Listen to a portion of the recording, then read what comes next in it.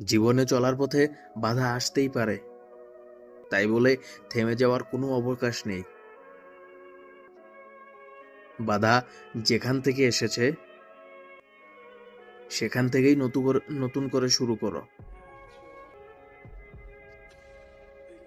বাধা আসবই ভাই। জীবনে বাধা না আসলে তুমি উন্নতি করতে পারবা না।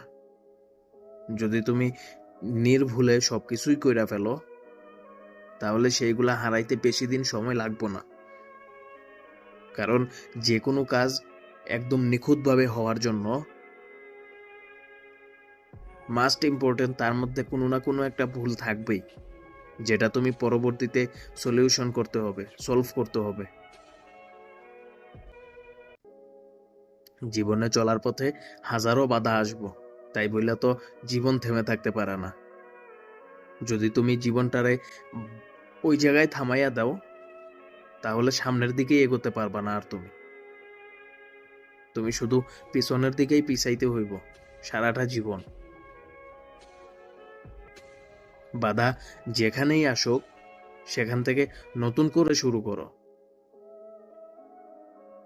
তুমি সেটা নিয়ে ভাবো যে বাধাটা কেন আসছে। সেটা কি আমার ভুল, নাকি আমার অজান্তে কোনো ভুল? যদি তোমার ইচ্ছাকৃত ভুল হইয়া থাকে, তাহলে তুমি শুধরে নাও। আর যদি তোমার অজান্তে কোনো ভুল হইয়া থাকে, তাহলে তুমি বের করো সেটার কারণ বের করো, তারপর সেটারে সলভ করো। দেন তারপর আবার সেখান থেকে শুরু করো জীবনের নতুন জার্নি। বাধাকে উপেক্ষা করে জীবনটারে নতুন করে রাঙাতে হবে, নতুন করে সাজাতে হবে।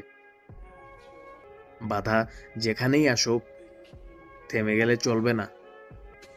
যদি তুমি থেমে যাও, তাহলে তোমার কেরিয়ার থেমে যাবে, তোমার জীবন থেমে যাবে, তোমার উন্নতি থেমে যাবে। সুতরাং তুমি থেমে যাইও না, থাইমা যাইও না। তুমি চেষ্টা করো, যেখানে বাধা আসে সেখানে একটু সবুর করো, একটু রেস্ট করো, তারপর আবার সেখান থেকেই নতুন করে শুরু করো। তাহলে তোমার উন্নতি, তোমার সফলতার গল্প তুমি নিজের হাতে লিখতে পারবা। ধৈর্য ধরো, বাধা বিপত্তিকে সলভ করো। বাধা ভয় পাওয়ার জন্য নয়, বাধা আসে বাধাকে সলভ করার জন্য। সমস্যা ক্রিয়েট হয় সমস্যাকে নিরাশ করার জন্য।